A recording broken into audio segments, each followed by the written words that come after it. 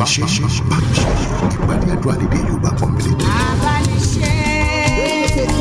owó fún láti ṣe láti ní ìpàdé ìwà ọlọ́run tó máa fàyè rẹ̀ gbá.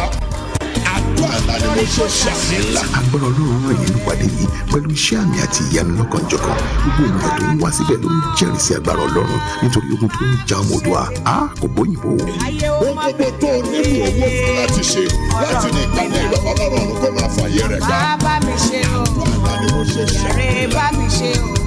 Olú ọ̀run bá mi ṣe o. Akiriṣore bá mi ṣe o. Àkọ́dá ayé bá mi ṣe. Aṣẹ̀dá ọ̀run bá mi ṣe o. Jọ̀wọ́ bá mi ṣe o. Bá mi ṣe Olúwa, ẹni ó bá ṣe ló ráyè gbé. Ó bẹ̀bẹ̀. ẹ̀yin èèyàn mi nínú Olúwa, mo kí wa káàbọ̀ sí orí ètò tòní, ètò bámiṣe, ìpàdé àdúrà ní ojúlówó èdè Yorùbá. Ètò máa ń wáyé láti ìjọ Mount Zion Christian Ministries International Freedom Arena ní ìlú London. Orúkọ mi ni olùṣọ́ àgùntàn Débọ̀ Adégòkè. Ìpàdé tòní, mo mọ̀ pé Ọlọ́run ní ọlọ́kàn. Nígbà tí àkókò bá tó láti gbàdúrà, mo fẹ́ kó tóra ká gbàdúrà torí pé ijó tó bá káni lára àdínkù kò doni. Má sì gbàgbé pé Yorùbá wípé ogun tó ń jẹ ọmọ Oòduà kò gbóyìnbó. Torí náà ẹ fetí sílẹ̀, ẹ máa bá a ká lọ torí pé ìwọlẹ̀ rí kan lórúkọ Jésù Kristi. èmi ò mọrú àìsàn tó kọlù Ẹ̀sẹ̀káyà. mi ò mọ bọ́rọ̀ rẹ̀ ṣe jẹ́, ṣùgbọ́n ohun tí Ẹ̀sẹ̀káyà sọ fún Olúwa ni pé má dẹ etí rẹ sílẹ̀ nìkan, ṣí ojú rẹ kó wò mí. wò mí, wo situation tí mo wà, wo ipò tí mo wà, wo bí tọ́ta fi mí sí, wo ọ̀tá tó dìde sí wa, wo Sẹnákẹ́rúbù tó ń fọ́nu lójoojúmọ́. torí náà mo sọ láàárọ̀ yìí, gbogbo àwọn agbódegbà ibi tó wà nídìí ọ̀rọ̀ rẹ, lórúkọ Jésù, bí Olúwa ṣe ń ṣí ojú rẹ̀ sí ọ lónìí, lórúkọ Jésù, ìdájọ́ iná Ọlọ́run kó máa ṣẹlẹ̀ sí wọn. ṣàmì dáadáa. gbọ́n mi, àwọn tí ojú Olúwa bá rí nìkan, àwọn Ọlọ́run ń gbọ́ àdúrà wọn, àwọn Ọlọ́run ń yanjú ọ̀rọ̀ wọn lẹ́sẹ̀kẹsẹ̀. mo ṣàkíyèsí pé ní gbogbo ibi tí Jésù lọ, kì í ṣe ọ̀pọ̀lọpọ̀ ọ̀gọ̀rọ̀ àwọn èèyàn ló ń rí at every point in time. lóòótọ́ abojúlu kára bí ajere ni, ṣùgbọ́n àwọn tó bá tẹjúmọ́ wọ́n rí ọwọ́ rẹ̀, wọ́n rí ìyanu. hallelujah. Ọlọ́run ṣèlérí fún Solomoni nínú ìwé Kíróníkà kejì orí ìkeje, 2 Chronicles chapter 7, bàbá ka ẹsẹ̀ ìkẹrìnlá àti ìkẹẹ̀ẹ́dógún. 2 Chronicles 7 verses 14 to 15. ẹ bá mi kà á. ó ní bí àwọn ènìyàn mi. bí àwọn ènìyàn mi tí à ń pe orúkọ mi mọ́ bá rẹ ara wọn sílẹ̀, tí wọ́n bá sì gbàdúrà, tí wọ́n bá sì wá ojú mi, tí wọ́n bá sì yí padà kúrò nínú ọ̀nà búburú wọn, nígbà náà ni èmi ó gbọ́ láti ọ̀run wá. Yes. èmi ó sì dárí ẹ̀ṣẹ̀ wọn jì. Yes. èmi ó sì wo ilẹ̀ wọn sàn. kí ló sọ ní ẹsẹ̀ kẹẹ̀ẹ́dógún? nísinsìnyí ojú mi yóò ṣí, ojú mi yóò ṣí, etí mi yóò sì tẹ́ sí àdúrà ibi yìí. ibi yìí lónìí, lórúkọ Jésù, ojú Olúwa ó ṣí sí ọ, àmín Jésù. etí rẹ̀ ó ṣí sí ọ. àmín Jésù. Bíbélì sọ nípa ọkùnrin alárùn ẹ̀gbà tó wà létí odò Bethesda nínú ìwé Jòhánù orí 5 ẹsẹ̀ ìkíní sí ìkẹsàn-án, John chapter 5 verses 1 to 9, pé Jésù kọjá lọ sí adágún odò Sílóámù. hallelujah. adágún odò Bethesda, pé ọ̀pọ̀lọpọ̀ onírúurú àwọn ènìyàn ló wà ń bẹ̀. àwọn tó ti gbẹ́, àwọn tó ti wà ń bẹ̀ ti pẹ́, ṣùgbọ́n ọkùnrin kan wà. ẹ bá mi ka ẹsẹ̀ kẹfà, John chapter 5 verse 6. kí ni Bíbélì wí? bí Jésù ti rí ní ìdùbúlẹ̀, ó rí ọkùnrin kan ní ìdùbúlẹ̀, tí ó sì mọ̀ pé ó pẹ́ tí ó ti wà nínú bẹ́ẹ̀. ọ̀pọ̀lọpọ̀ tó wà ní adágún odò yìí. Jésù rí ọkùnrin yìí, Jésù rí.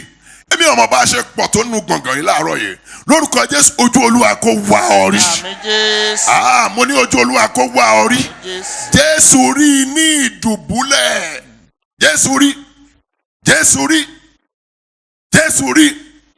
Jésù sì tọ̀ ọ́ lọ, ó wá fẹ́ ká mú ọ lára dá, bí lẹ́sẹ̀kẹsẹ̀ ló gba ìwòsàn rẹ̀. ó nǹkan mo ṣàkíyèsí, ojú Olúwa kò kì í rí èèyàn kó pààyàn rẹ̀, náà kì í fojú súnyàn kó mójú kú o. hallelujah. hallelujah. mo ní hallelujah. hallelujah. kó yàtọ̀ sí ẹ̀dá tó jẹ́ pé àbùkù tó wà lára wa nìkan náà lójú àwọn èèyàn ń rí. Bójú rẹ̀ bá rí àbùkù lára wa àfi kó mú kú ó rí i pé ó ti wà lójú kan náà tipẹ́. Ó rí i pé ọkùnrin yìí ò lórúlọ́wọ́. Ó rí i pé wọ́n ti abandon rẹ̀. Ó rí i pé kò ní ìrètí. Ó rí i pé for 38 years ló ti ń struggle on his own. Ó rí i pé kò lágbára. Ó rí i pé lọ́dọọdún ni áńgẹ́lì ń wá. Ó rí i pé kò rí tiẹ̀ ṣe.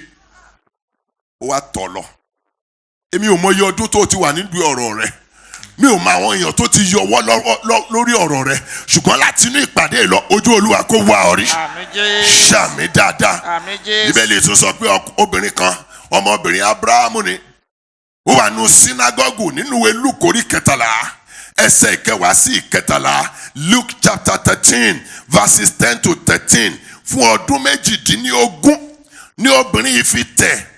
Báyìí tí ò lè gbé ara rẹ̀ sókè for 18 years and this woman has been going to the synagogue every day.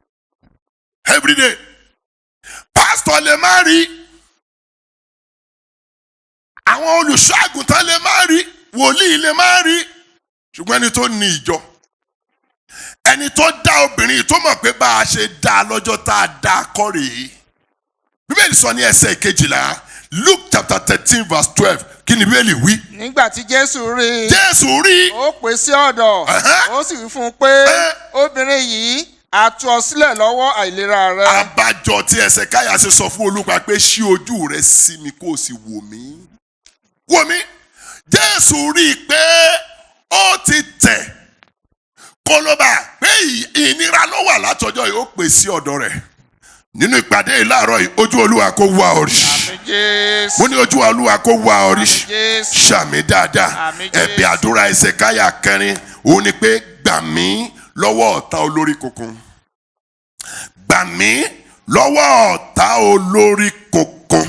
Hallelujah. Tó o bá ka ìwé àwọn ọba kejì orí 18 orí 19 àtòrí 20, if you read chapters 18, 19 and 20 of 2 Kings, ọba Syria ọba Senakeribu ojoojúmọ́ ló ń fọ́nu, ojoojúmọ́ ló ń halẹ̀, ojoojúmọ́. In fact, Ẹsẹ̀káyà ń sọ fáwọn ọmọ ìlú pé ẹ fọkànbalẹ̀ Olúwa ó gbà wá. Ó tún ránṣẹ́ sí i. Ẹ má jẹ́ k'Ẹsẹ̀káyà tàn yín o. Ẹ má jẹ́ k'Ẹsẹ̀káyà ó brainwash yín o. Kò tí ì sọ lọ́rùn tó gba ẹnikẹ́ni lọ́wọ́ òun rí. Pé gbogbo òrìṣà ayé ó wá ń sọ̀tàn ó wá ń sọ lọ bèrè mi lọ́wọ́ lágbájá lọ bèrè mi lọ́wọ́ dọ́là. Ẹ mọ̀ pé àwọn kan náà wà bẹ́ẹ̀.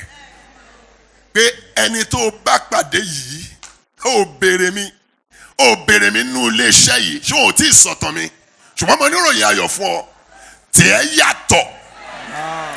Yóò bá ní bí Ṣàngó bá ń pàràbà tó ń fa ìrókò ya bíi tìgì ńlá kọ́ tiẹ̀ yàtọ̀. Gbogbo ẹnikẹ́ni tó ń ṣe wọ́n ṣàbàṣàbà nínú ẹbí yín níbi iṣẹ́ yín nígbà tó rí ọ̀rọ̀ kan orí tiẹ̀ báyìí lórúkọ Jésù ó yá kó máa kàndé nínú iyọ̀. Látòrí ọ̀rọ̀ rẹ Olúwa kó ṣí wọn lọ́wọ́ iṣẹ́. Ṣàmì dáadáa. Láti inú ìpàdé lọ Olúwa kó jẹ́wọ́ títóbi kó jẹ́wọ́ agbára rẹ̀.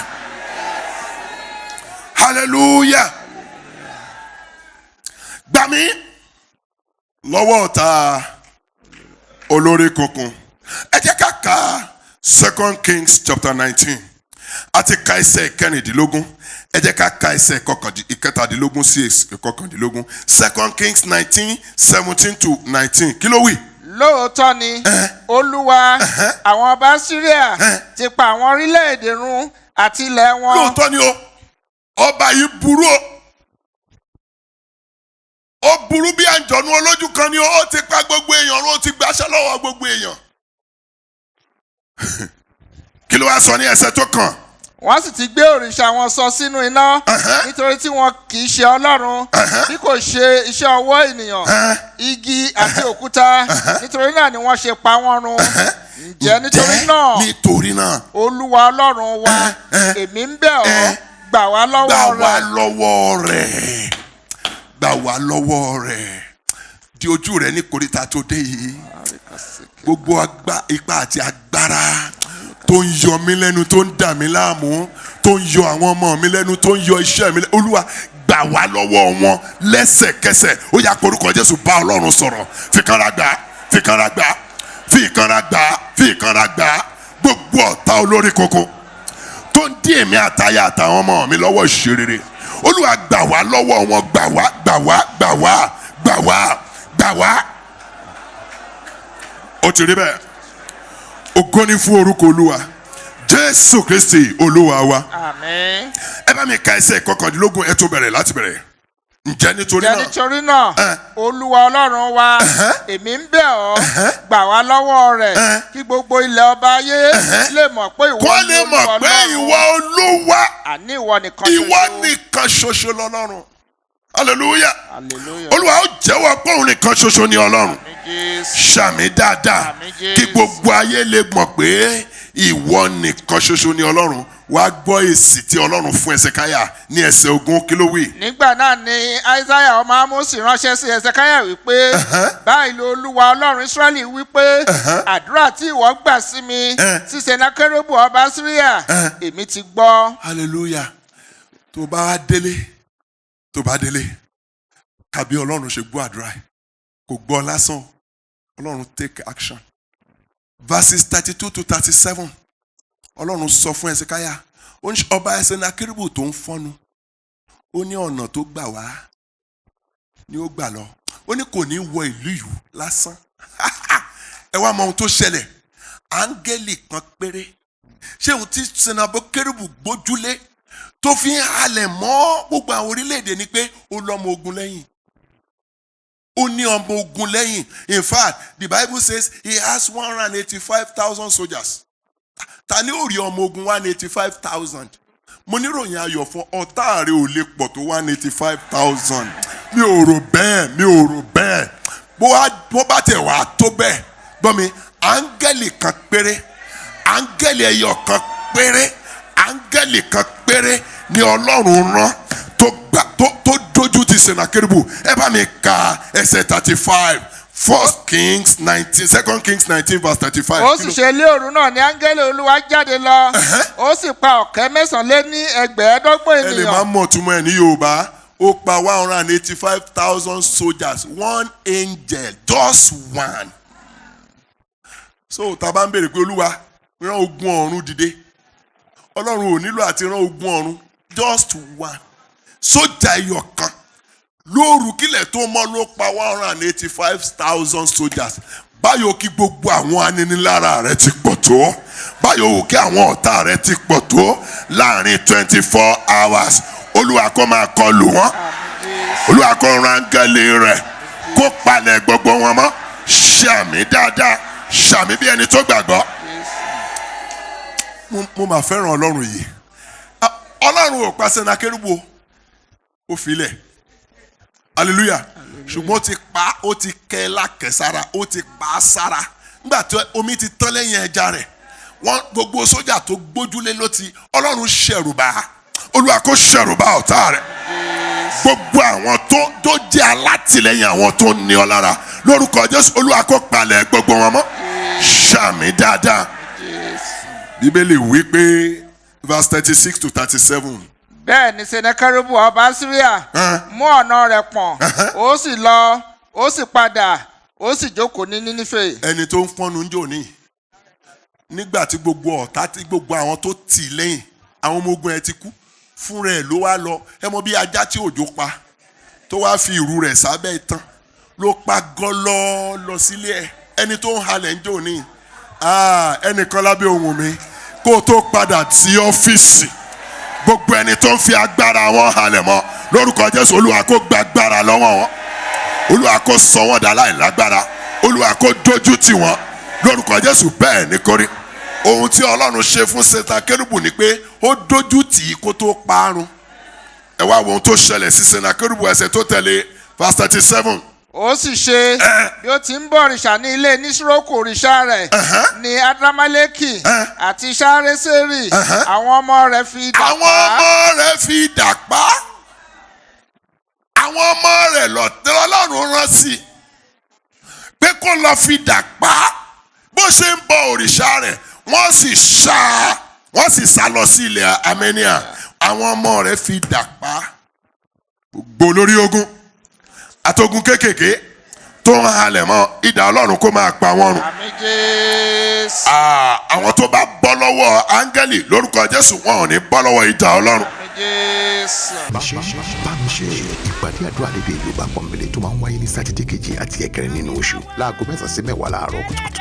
Agbára Ọlọ́run rìn nínú ìpàdé yìí pẹ̀lú iṣẹ́ àmì àti ìyanu lọ́kànjọ̀kan. Gbogbo ènìyàn tó ń wá síbẹ̀ ló ń jẹ́rìí sí agbára Ọlọ́run nítorí ogun tó ń ja ọmọ Oòduà kò bóyìnbó. Ẹ tara ṣàṣà kẹ́ ẹ wá sí ìpàdé àdúrà tó lágbára yìí. Orin ìyìn àti ògo ẹ̀mí tó rinlẹ̀, àdúrà tí ó borí ogunkógun tó bá dojúkọ àti ìjìnlẹ̀ ìṣítí ọ̀rọ̀ láti orí ìtẹ́ ẹ̀mí mímọ́ ní èdè Yorùbá. Wá kí a jọ darapọ̀ pẹ̀lú ogunlọ́gọ̀ àwọn èèyàn tí ó wá sí gbàgede àdúrà yìí káàkiri àgbáyé láti gbóhùn àdúrà àti ìyìn sókè sí Olúwa wa. Gbogbo òkè ìṣòro rẹ yóò di pẹ̀tẹ́lẹ̀. Ó dá mi lójú agbára Ọlọ́run yóò bùyọ nínú ayé rẹ. Ẹni àmì òróró Pásítọ̀ Débọ̀ Adégòkè ni yóò máa darí ètò. Fọwọ́n tuntun gbogbo ipá àti agbára gbogbo agbára mídíánì ohunkóhun Àdúrà Bámiṣe ní Mount Zion Christian Ministries International, Freedom Arena, number 2, North Road off White Hart Road, Plumstead, London, SE 181DG. Fún ẹ̀kúnrẹ́rẹ́ àlàyé, ẹ lọ sí wẹ́bsáìtì wa www.freedomarena.org.uk tàbí kí ẹ kọ̀wé sí wa ní info@freedomarena.org.uk. Lẹ́ẹ̀kan sí, Sátidé kejì àti ẹ̀kẹrin nínú oṣù ni àdúrà Bámiṣe yóò máa wáyé láago 9 sí 11 láàárọ̀. Ìgbà náà láwọn máa pariwo sólúwa wa tí wọ́n yóò sì máa gbọ́ àdúrà wa. Bámiṣe wá kí o sì rí ìyè. Jésù lolúwa. Ọba Sẹ́nákérúbù ń halẹ̀ ó halẹ̀ Hesekiah wa mú ẹjọ́ ẹ̀ ó wá fi sùn Ọlọ́run nínú àdúrà. Káwọn náà gbàdúrà lára afẹ́fẹ́ ẹjọ́ àwọn tó ń ní wá lára, àwọn tó ń halẹ̀ mọ́ wa, àwọn tó ń yọ wá lẹ́nu, afẹ́fẹ́ jẹ́ wọn sùn Ọlọ́run.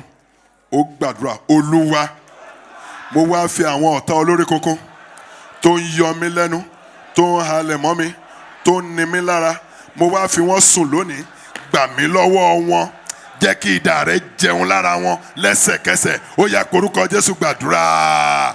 Ọlọ́run alágbára o, gbogbo ọ̀tá olórí kókó tó ń yọ mí lẹ́nu, tó ń yọ aya mi lẹ́nu, tó ń yọ àwọn ọmọ mi lẹ́nu, gbogbo ọ̀tá olórí kókó tó ń yọ ìgbéyàwó mi lẹ́nu, tó ń yọ iṣẹ́ ìránṣẹ́ ìlẹ́nu, tó ń ní wá lára, tó ń halẹ̀ mọ́ wa.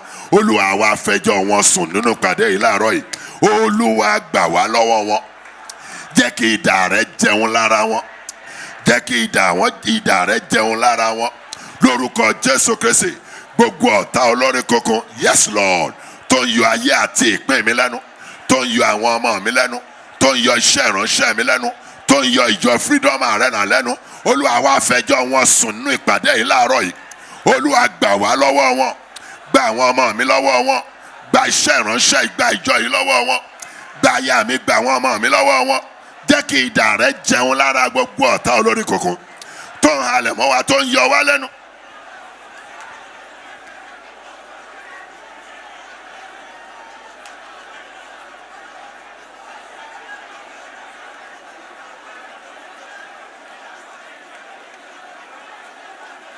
Jésù Kristi Olúwa wa, Jésù Olúwa wa. Jẹ́ ká fún wọn ní ẹ̀bùn kan pàtàkì. Hallelujah. Jẹ́ ká fún wọn ní ẹ̀bùn àjíǹde. Ọlọ́run sọ fún Hesekiah, ó ní mo ti gbàdúrà ẹ̀, ṣá máa wò mí. Èyí tó ń fọ́nu tó ń halẹ̀ kò ní tẹ bọ́dà ìlú yìí. Ọlọ́run kọ́kọ́ ṣẹ̀rù bá Sẹ́nákérúbù. Áńgẹ́lì kan gbà tílẹ̀ máa fi mọ́, ó pa 185,000 soldiers. Ó ṣẹ̀rù bá kó tó ṣekú pa. Ẹ̀bùn méjì tá a fẹ́ fọ́ tàwa rẹ̀. Hallelujah. Ó gbàdúrà gbogbo ẹnikẹ́ni tó ń lépa mi, tó ń lépa ẹ̀mí mi, tó ń lépa ẹ̀mí iṣẹ́ mi, tó ń lépa iṣẹ́ mi, tó ń lépa ìgbéyàwó, tó ń lépa àwọn ọmọ mi. Olúwa ṣẹ̀rù bá wọn kó tó ṣekú pa wọn, kí gbogbo ayé lè mọ̀ pé ìwọ nìkan ṣoṣo lọ́lọ́run. Ó yá porúkọ Jésù gbàdúrà. Ọlọ́run alágbára, gbogbo ẹnikẹ́ni tó ń lépa ẹ̀mí mi, tó ń lépa ẹ̀mí aya mi, àwọn ọmọ mi, tó ń lépa ìgbéyàwó wa, iṣẹ́ ìránṣẹ́ wa, tó ń lépa ìjọ yìí. Ọlọ́run alágbára ṣẹ̀rù bá wọn kó tó ṣekú pa wọn, kí gbogbo ayé lè mọ̀ pé ìwọ nìkan ṣoṣo ni Olúwa. ereboko shandaya baba ṣẹ̀rù bà wọ́n ṣekú pa wọ́n ṣẹ̀rù bà wọ́n ṣekú pa wọ́n gbogbo ipá àti agbára gbogbo àwọn èèyàn bíi Senakeribu yes Lord tó ń dún màhóru tó ń halẹ̀ mọ́ mi tó ń halẹ̀ mọ́ aya mi àwọn ọmọ mi tó ń lépa ẹ̀mí wa tó ń lépa ìgbéyàwó iṣẹ́ ìránṣẹ́ yìí tó ń lépa ìjọ yìí Olúwa o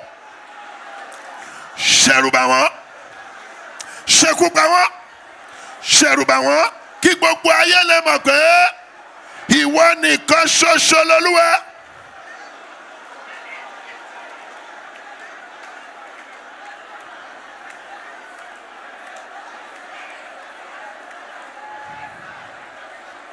Jésù Kristi Olúwa wa, Jésù Olúwa wa, Jésù Olúwa wa, ṣàmì dáadáa. Àrán wòlíì Àìsáyà sí Ẹsẹkáyà palẹ̀ ilé rẹ̀ mọ́ òkú. Bíbélì sọ pé Ẹsẹkáyà kọjú sí Olúwa. Olúwa rántí bí mo ṣe bá ọ rìn pẹ̀lú ọkàn mímọ́. Pẹ̀lú bí mo ṣe bá ọ rìn pẹ̀lú ṣiṣẹ́ mi. Rántí. Lẹ́sẹ̀kẹsẹ̀ Olúwa sì rántí. Ṣé Olúwa gbàgbé ni? No, Bíbélì wípé ó ní rán mi létí. Ìwọ jẹ́ ká jíjọ ọ̀rọ̀ ká bá lè dá ọ láre. Má gbà ká mú, rán Ọlọ́run létí. Rán Ọlọ́run létí. Fẹ́ gbàdúrà. Nehemiah sọ ó ní Olúwa rántí mi sí rere. Wọ́n ní gbàdúrà Olúwa rántí mi sí rere lónìí. Ro gbogbo iṣẹ́ mi àti ìfífúnni mi nínú ilé rẹ fún ìṣẹ́gun, fún ìdáláre àti fún ìpèsè mi. Ó yá porúkọ Jésù gbàdúrà. Ọlọ́run alágbára rántí mi sí rere lónìí. Rántí mi sí rere lónìí. Rántí aya mi, rántí àwọn ọmọ mi sí rere lónìí. Rántí gbogbo iṣẹ́ wa nínú ilé rẹ. Rántí ìfífúnni wa fún iṣẹ́ rẹ, fún ilé rẹ. Fún wa ní ìṣẹ́gun, fún wa ní ìdáláre, fún wa ní ìpèsè ohun rere. Lórúkọ Jésù bẹ́ẹ̀ ni kó rí. Ro gbogbo iṣẹ́ àti ìfífúnni wa nínú ilé rẹ. Fún ìṣẹ́gun, fún ìdáláre àti fún ìpèsè wa. Olúwa rántí wa sí rere. Rántí wa sí rere. Rántí wa sí rere Olúwa.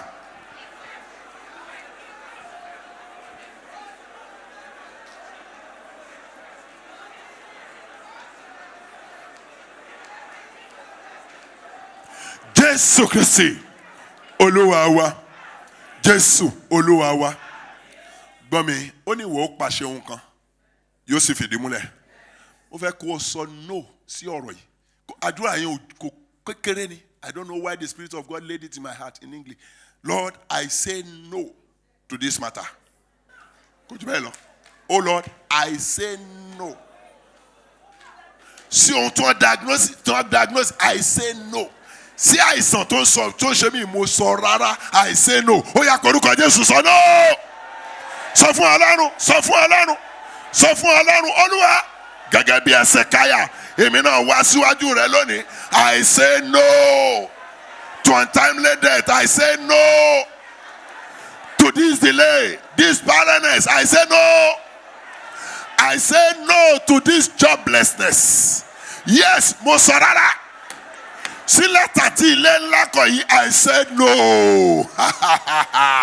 Repoko Shandaya Baba. So ohun tí dókítà láwọn rí sí mi sí ayé mi sáwọn ọmọ mi, mo sọ no.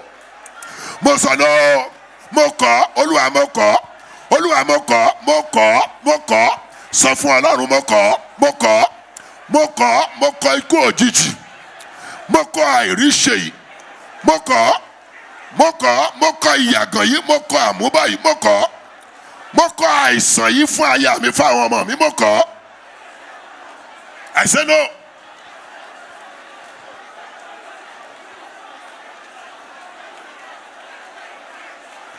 Jésù Kristi Olúwa wa, Jésù Olúwa wa, yóò dára fún wa.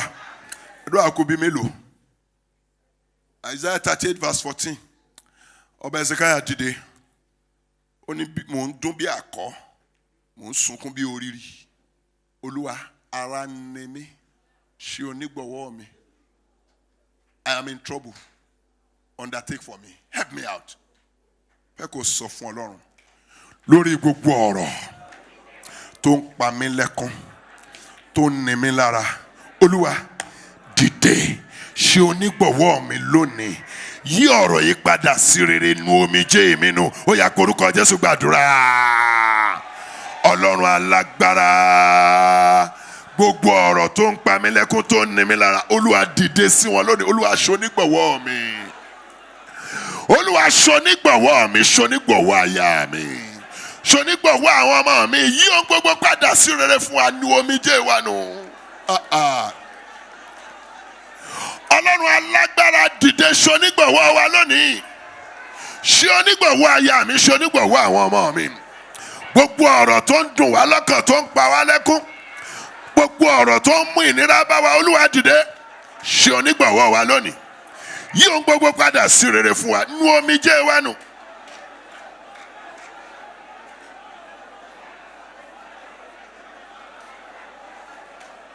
Jésù Kristi olúwa wa, Jésù olúwa wa. Ògo ni fún orúkọ olúwa. Mo tún sọ lẹ́ẹ̀kan sí pé ògo ni fún orúkọ olúwa, ògo ni fún orúkọ olúwa. A dúpẹ́ fún iṣẹ́ agbára, iṣẹ́ ìránṣẹ́ tó ti jáde. Mo sì mọ̀ pé o ti gbàdúrà lórúkọ Jésù, ó rí èrè àdúrà jẹ nítorí pé ìwọlẹ̀ rí kan lẹ́yìn àdúrà yìí. Bẹ́ẹ̀ rí bá ti dé tẹ̀wá láago pé aago tó wà lójú móhùnmáwòrán yìí. Bàbá sì nílò ojúlówó iṣẹ́ ìránṣẹ́ èyí tí a ṣe lónìí, odidi rẹ̀ a lè pe aago tó wà lójú móhùnmáwòrán. Wọ́n ó sọ fún wa bí a ó ṣe rí ìgbà. Má pilẹ̀ máa gbàdúrà nìkan lórí móhùnmáwòrán, ó ṣe darapọ̀ mọ́ wa. Ibi méjì ni Bámiṣé ti ń wáyé. Ó ń wáyé láti olú ìjọ wa ní Mount Christian Ministries International Freedom Arena ní Plumstead ní London. Àdírẹ́sì ibẹ̀ ó wà lójú móhùnmáwòrán ní sátidé kejì àti sátidé kẹrin láàrin aago 9 sí aago 11. Bẹ́ẹ̀ ló sì ń wáyé ní ìlú Manchester fún gbogbo àwa olùgbé Manchester àti agbègbè rẹ̀ láàrin aago 10 sí aago 12 ọ̀sán ní gbogbo sátidé kẹta. Àwa náà là ń ṣiṣẹ́ ìránṣẹ́ níbẹ̀. Yóò dára fún wa lórúkọ Jésù Kristi. Jésù ń retí rẹ, ìwọlẹ̀ rí kan lórúkọ Jésù.